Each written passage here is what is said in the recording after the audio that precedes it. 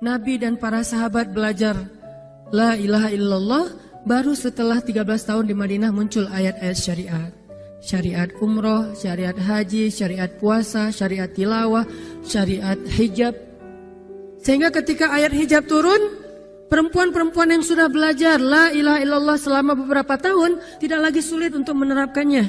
Begitu ayat hijab turun dibacakan oleh Nabi di dalam masjid, semua sahabat-sahabat mendengar itu dengan sangat perhatian. Lalu mereka semuanya pamitan, ya Rasulullah kami ingin pulang.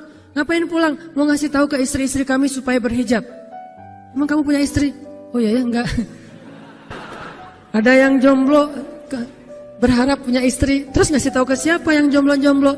Itulah kasihannya ya. Enggak bisa ngasih tahu ke kakaknya, adeknya, apalah siapalah, mantannya mungkin.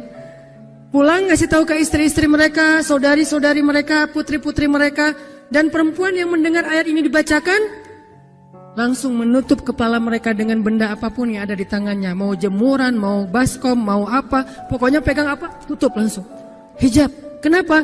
Ini perintah Allah. Gak mungkin Allah memerintahkan kita sesuatu kecuali ada kebaikan di dalamnya. Itu aja pertimbangannya. La ilaha illallah. Bukan, kenapa? Kan lebih nyaman gak pakai hijab. Kan ini, kan itu. Enggak. Satu aja alasannya. Alasan la ilaha illallah. Kalau ini perintah Allah, sami'na wa ata'na. Itu dampak dari la ilaha illallah. Dikasih perintah sesulit apapun, termasuk Zainab dengan Zaid bin Harisah. Pernah kan baca kisah Zainab di surat Al-Ahzab? Mungkin kapan-kapan kita bahas itu. Efek dari la ilaha illallah. Tiba-tiba Nabi datang kepada Zainab. Sebetulnya Zainab ini ada hati kepada Nabi Muhammad. Siapa sih yang gak punya hati untuk Rasulullah ya? Semua cewek juga pasti mengidam-idamkan pengen jadi istri Nabi. Karena otomatis istri Nabi itu adalah dijamin surga. Siapa yang gak pengen jadi istri Nabi? Di surga nanti punya rumah, satu rumah dengan Nabi. Kan keren banget. Kita bisa jadi tetangga Nabi aja di surga udah keren banget. Apalagi serumah dengan Nabi. Semua cewek juga pengen jadi istri Nabi, termasuk Zainab. Dan itu hal yang wajar. Pas Nabi datang ke rumah Zainab, Zainab udah kegeeran. Nabi bilang kepada keluarga Zainab, saya ingin melamar Zainab. Zainab udah bahagia. Untuk Zaid, untuk Zaid, bukan untuk Rasulullah. Zaid? Siapa Zaid? Anak angkatnya Nabi Muhammad SAW, bekas budak. Mirip-mirip dengan Julaibib. Julaibib itu edisi Madinah, Zaid itu edisi Mekah. Ada dua cowok jomblo yang sama-sama pernah diuji dengan masalah jodoh. Zaid edisi Makkiyah, Julaibib edisi Madaniyah. Dua-duanya jomblo. Dua-duanya orang biasa, gak punya daya tarik. Followersnya gak ada, 0. Bukan selebgram sama sekali. Kata Rasulullah, aku melamar Zainab untuk putraku Zaid bin Harithah, anak angkatnya Nabi. Zainab menjawab apa? Ya Rasulullah, saya gak cinta sama Zaid. Jawaban yang sangat wajar kan? Dan jawaban yang paling sering kita dengar sekarang kan? Maaf ya, aku gak ada perasaan, kita jadi adik kakak aja. Itu kan standar ya? Standar banget lah kayak gitu-gitu. Maaf ya, kita jadi temenan aja. Maaf ya, aku gak ada perasaan apa-apa selama ini. Maaf ya, dan segala macam. Dengan bahasa-bahasa halus tapi nolak intinya. Kenapa gak bilang aja, udah gak usah kesini lagi. Kan jelas sih. Ini dengan bahasa, ya Rasulullah, aku tidak cinta kepada Zaid. Karena cinta juga pertimbangan yang penting. Dan Nabi juga tidak mengizinkan kita menikahkan putri kita dengan seseorang yang putri kita tidak berkenan dengannya. Tetap harus ditanya, ya Rasulullah, saya tidak cinta dengan Zaid. Turun ayat. Katakan kepada orang-orang yang beriman, laki-laki dan perempuan, kalau Allah sudah memerintahkan sesuatu, tidak ada kalimat yang keluar dari lisan mereka kecuali sami'na wa ata'na. Nabi bacakan ayat ini kepada Zainab. Zainab mendengar, ya Rasulullah, Allah yang menyuruh ini. Ya kata Rasulullah, sami'na wa ata'na. Kebayang gak tuh? Efek dari apa? La ilaha illallah. Jadi la ilaha illallah itu bukan cuma kalimat zikir, bukan cuma kalimat doktrin ideologi, bukan cuma masalah teologi secara teoritis, bukan. Ini dampaknya kepada akhlak, dampaknya kepada ibadah, dampaknya kepada banyak pilihan hidup dari la ilaha illallah. Orang kalau nggak baik la ilaha illallah pasti susah memilih pilihan-pilihan dalam hidupnya. Kalau tidak baik la ilaha illallah pasti susah untuk berperangai, sabar, memaafkan. Itu semuanya ada hubungannya dengan la ilaha illallah.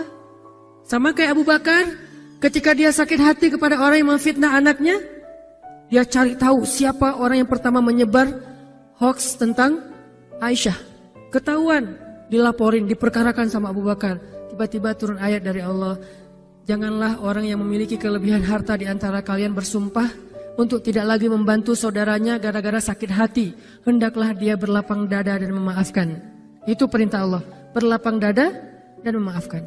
Terus konsekuensinya apa? Balasan janji Allah apa? Ala tuhibbuna ayyaghfirallahu lakum? Tidakkah kamu suka jika Allah memaafkan juga kesalahan-kesalahan kamu? Jadi deal-dealannya dengan Allah, bukan dengan makhluk. Enak aja saya maafin dia, untung di dia, rugi di saya. Enggak. Kalau kita transaksinya dengan makhluk, kita rugi. Tapi kalau kita transaksinya dengan Allah, kita untung. Libatkan Allah dalam urusan kita. Dan ini gak mungkin kita lakukan kalau gak baik. La ilaha illallahnya. Allah nawarin kepada Abu Bakar. Ala tuhibbuna ayyaghfirallahu lakum?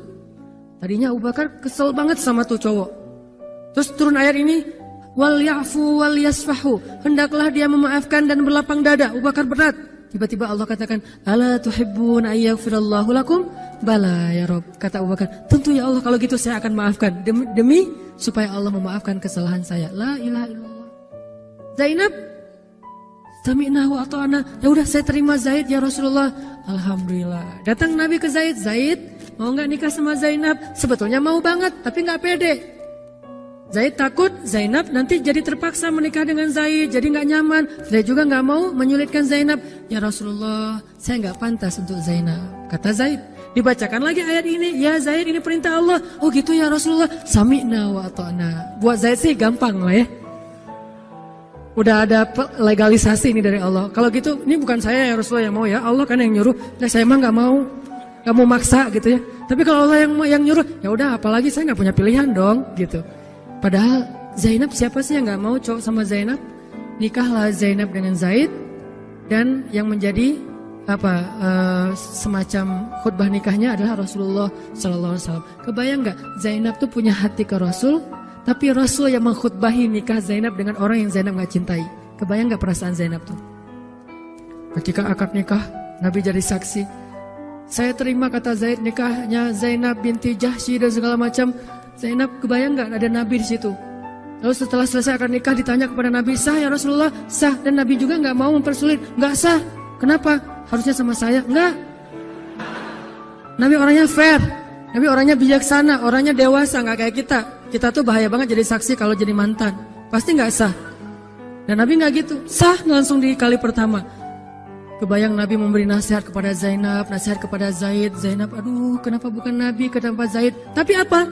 La ilaha illallah. Allah enggak nyuruh sesuatu kecuali ada kebaikan di dalamnya. Percaya banget. Itu la ilaha illallah. Udah percaya banget. Zainab yakin, ini perintah Allah, ya sudah saya lakukan. Walaupun bukan dengan Nabi, padahal saya pengennya dengan Nabi. Kebayang gak sih pengen sama seseorang yang kita cintai banget, malah orang itu yang menjodohkan kita dengan orang yang kita gak pernah kebayangin.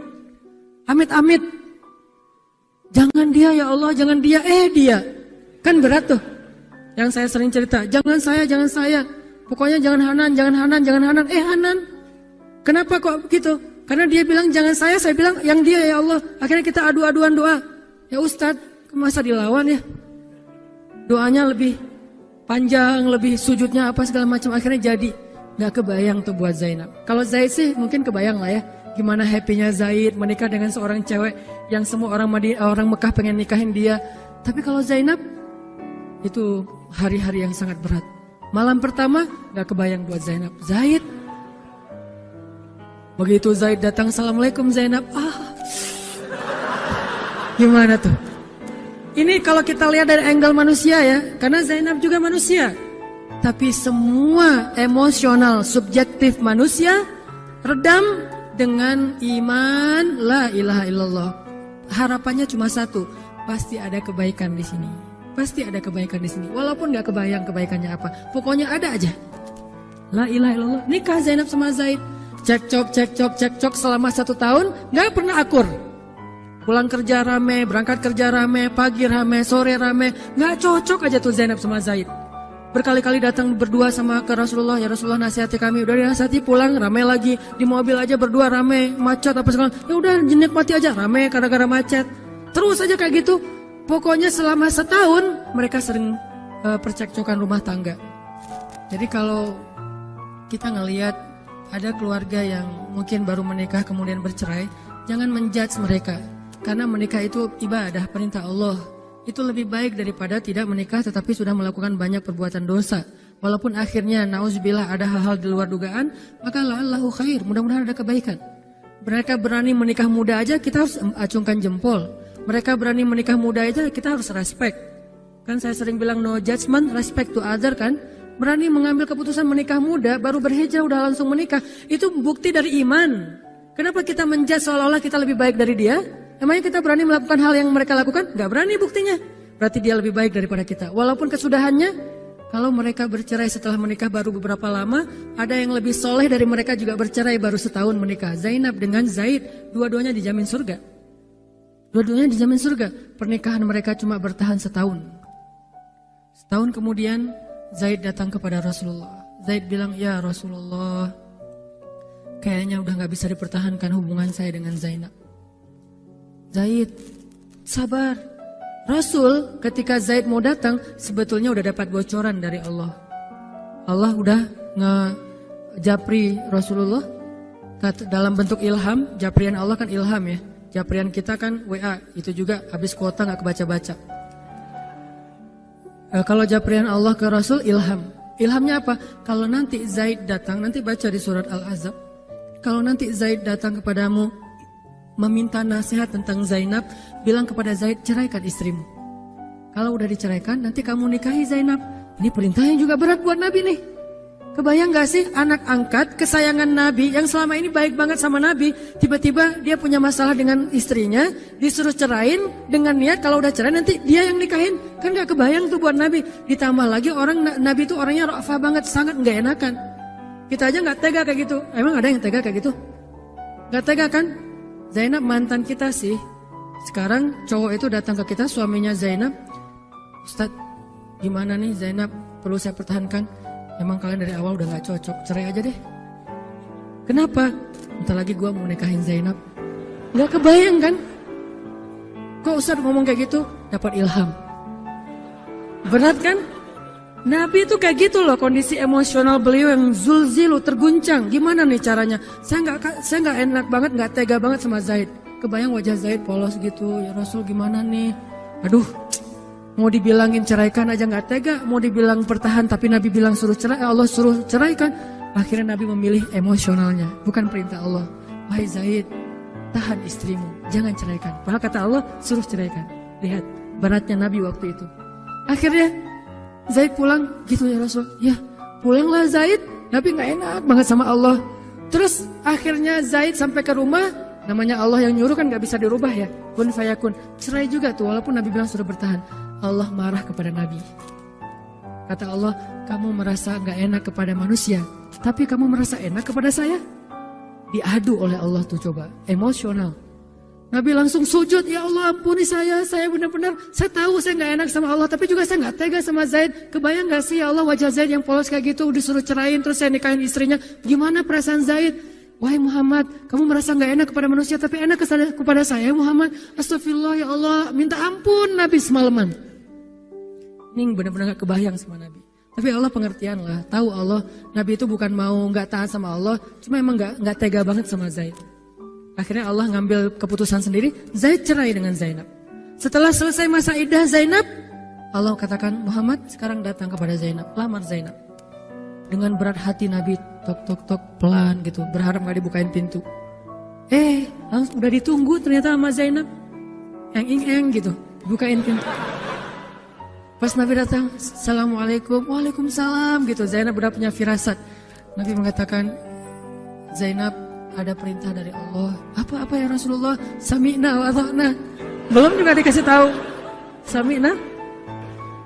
Allah menyuruh saya untuk melamar kamu Zainab. Untuk siapa ya Rasulullah? Curiga kan? Jangan-jangan orang lain lagi nih. Untuk siapa ya Rasulullah? Untuk saya. Masya Allah gitu. Cuman Zainab kan gengsi gitu lah. Masa cewek harus teriak-teriak gitu kan ya? Oh gitu. Padahal masuk ke dalam kamar. Wah gitu ya. Gigit jari apa, gaya-gaya cewek lah ya. Oh gitu, ntar ya saya pikir-pikir dulu. Saya istiqoroh dulu, Nabi diistiqorohin. Udah diterima, sami'na wa ata'na.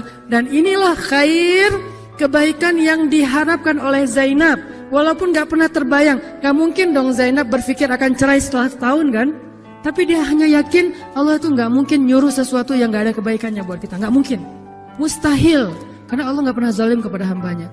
Kenapa Allah kok muter-muter dulu kayak gitu? Allah pengen lihat Zainab itu menikahi Muhammad karena Allah atau karena dirinya sendiri. Kalau karena Allah, coba yang selain Muhammad berani nggak? Ternyata berani. Karena itu dia menjadi layak untuk Muhammad. Kalau dia nggak menerima Zaid, mungkin Zainab tidak akan pernah jadi istri Nabi karena tidak layak. La'allahu khair. Ini buah dari la ilaha illallah. Begitu juga kalau yang masih culun-culun, yang mungkin badannya belum kebentuk, yang jerawatan misalnya kayak gitu, tiba-tiba memimpin pasukan militer yang jumlahnya ribuan, yang barisan pertamanya kibarus sahabah, sahabat-sahabat senior, as-sabiqun al-awwalun minal muhajirin wal ansor. Termasuk siapa di dalamnya? Abu Bakar dan Umar. Kebayang nggak tuh? Memimpin pasukan yang di belakangnya itu Abu Bakar dan Umar. Maju, Abu Bakar dan Umar. Ya, maju. Usama. Kebayang Usama yang nyuruh. Abu Bakar. Segaya. Umar maju. Zaid, anaknya Zaid. Tapi tidak ada yang bisa membantah. Kenapa? Itu wasiat Nabi sebelum wafat. Aku perintahkan kalian untuk dipimpin oleh Usamah bin Zaid. Karena dia adalah anak muda yang luar biasa. Itu hadiah Allah untuk Zaid. Karena dulu mau menikahi Zainab walaupun hatinya sebetulnya tidak mau. La'allahu khair, la ilaha illallah. Masing-masing dikasih kebaikan dengan cara-cara yang berbeda.